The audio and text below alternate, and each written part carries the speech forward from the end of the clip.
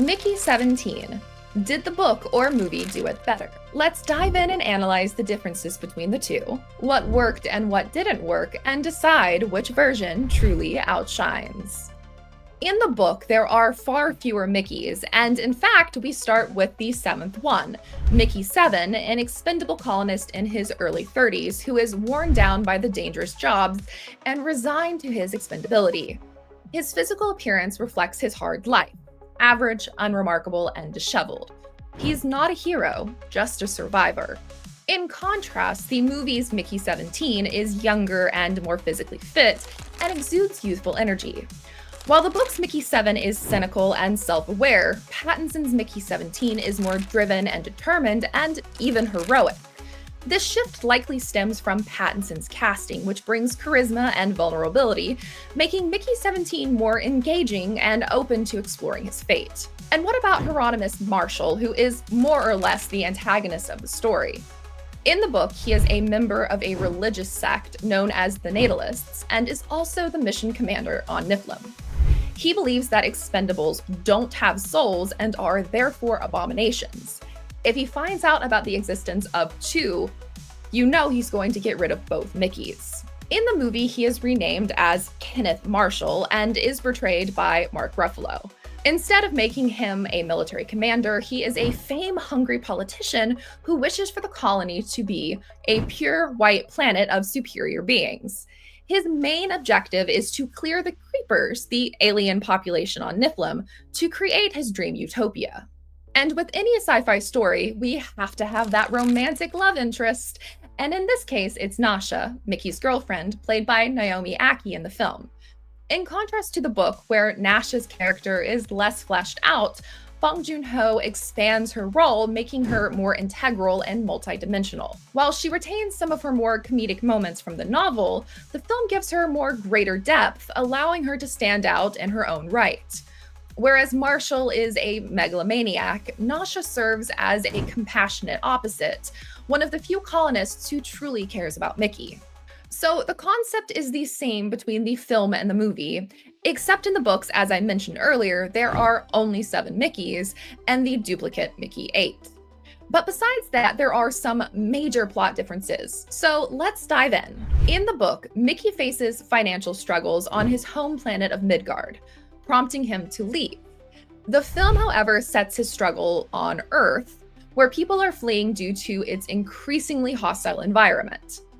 While Ashton provides little detail about Midgard, Bong emphasizes Earth's ecological decline as a driving force behind the colonization efforts. Both versions depict Mickey and his crew as attempting to establish a colony on the icy planet Niflheim, with the film featuring key scenes where Mickey volunteers as an expendable amid a common, dangerous sandstorm.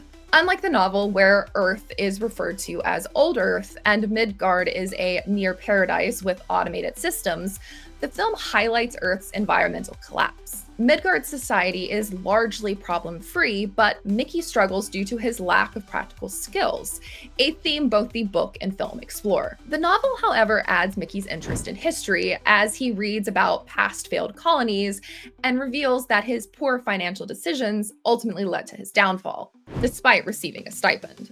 The concept of Mickey becoming an expendable is central to both the book and the film. The first death scene in both versions is similar, though the film includes more death scenes, highlighting the psychological toll of Mickey's repeated near deaths. While the book presents a distinct sequence where Mickey faces deadly radiation aboard the ship, the film adapts this with dark humor, instead showing Mickey outside with his hand cut off. In the novel, Mickey's extreme actions to escape a slow death are even more graphic, even involving a suicide to avoid reliving a painful demise. The novel also delves deeper into the lore of expendables and the fear of creating doubles. This concept becomes pivotal in both versions, especially when Mickey recounts the story of Alan Manikova. While the movie portrays Manikova as a serial killer who creates violent copies of himself, the novel expands on his history. Manakova takes control of the planet of Galt and builds an army of duplicates, ultimately leading to the destruction of his planet by the Union. Both the book and the film explore the fear of expendables, but the novel really emphasizes the legacy of dangerous figures like Manakova, whose multiple copies pose a significant threat. Even though Bong Joon-ho changed a lot between his version of the story and what Ashton published, it's not all bad. There are actually quite a few things that the movie does right too. Just like with most book adaptations, the visuals and special effects are some of the most impressive aspects of the movie. In the novel, Niflheim is a hostile environment and the atmosphere is filled with tension. The film, however, uses more of a visually striking approach to convey the alien world. The film takes advantage of modern special effects to present it as a visually captivating and awe-inspiring place. The visual storytelling makes the planet feel more alive and dynamic, with sweeping landscapes that offer a sense of scale and danger that is maybe harder to capture in a book. The film often glosses over the darker elements and themes that made the book a real sci-fi hit. Sure, some of this is still in the film, but the creative team has taken a more satirical and action-packed approach to the film. Fans of the book know how much of the story's appeal is in the exploration of deep questions about life, death, and the value of human existence. And while the film asks the audience some of these same questions, they also sacrifice these darker elements in favor of focusing on survival and heroism because, that's more entertaining to watch, right? So let's summarize the strengths and weaknesses of the adaptation. One of the film's strengths is in the creative liberties Bong Joon-ho took in making the characters a bit more relatable. His version of Mickey is a working-class civilian who is a bit more aloof than his book counterpart, who is more of an intellectual. The change here allows audiences to connect and resonate more with the character. Another strength is the film's ability to bring a contemporary resonance to some characters, especially Marshall. In Bong's hands, the modern relevance isn't merely about mocking a politician as a fool, but rather exploring something deeper, how even the most outlandish individuals can effectively conceal just how completely unqualified they are for a job. While the book centers more on Mickey's day-to-day struggle to keep his secret hidden, the movie shifts the focus to the existential threat of fascism, blending both chilling and absurd elements.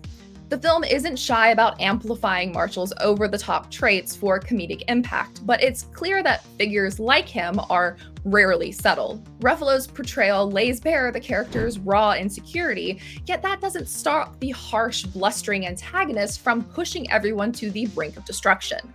While the novel presents him as more of an obsessive, military-focused figure, the movie reveals a disturbingly authoritarian personality that remains absurdly human. However, one notable weakness is the focus on Marshall's militaristic plans in the second half of the movie. There becomes no room for the more interesting existential exploration of whether both Mickeys are the same person or different people, and the danger of them coexisting on the ship. We lose a lot of what makes the world building in the books so iconic and popular. We don't see the Mickeys sharing tasks, but also sharing food that is rationed and having to deal with that as a major problem. This leads me to a rather significant weakness: the lack of world building compared to the book. I do think that the creative team visually brings the story to life, but we really don't get a strong sense of the day-to-day life and questions of how Mickey and the rest of the colonists live out their lives on Niflheim. Like how each Mickey is characteristically different with each replication, or how their personalities and habits may change. But since we only focus on Mickey 17 and 18 in the film, we don't get to meet a lot of the other replicas from before. Instead, Bong Joon-ho chooses to focus on the secondary characters and build them out, rather than focusing on the world and the central protagonists, all 18 of them. So, which is better, the book or the film? I think both have their strengths. The character of Mickey undergoes significant changes, with the book's Mickey 7 being more of an old soul, and the movie's Mickey 17 being portrayed as a younger, more heroic individual. The film's emphasis on action and emotional relationships and visually stunning settings stands in stark contrast to the more introspective and existential tone of the novel. Both versions are engaging in their own way, but they offer different experiences for the audience. So, whether you prefer the dark, contemplative narrative of the book or the thrilling, visually captivating world of the movie, Mickey 7 and Mickey 17 each have something unique to offer. But I think I'm going to choose the book. I love Robert Pattinson, but there's just something about the book I can't pass up. But what do you think? Do you prefer the book or the film? Let me know down in the comments below.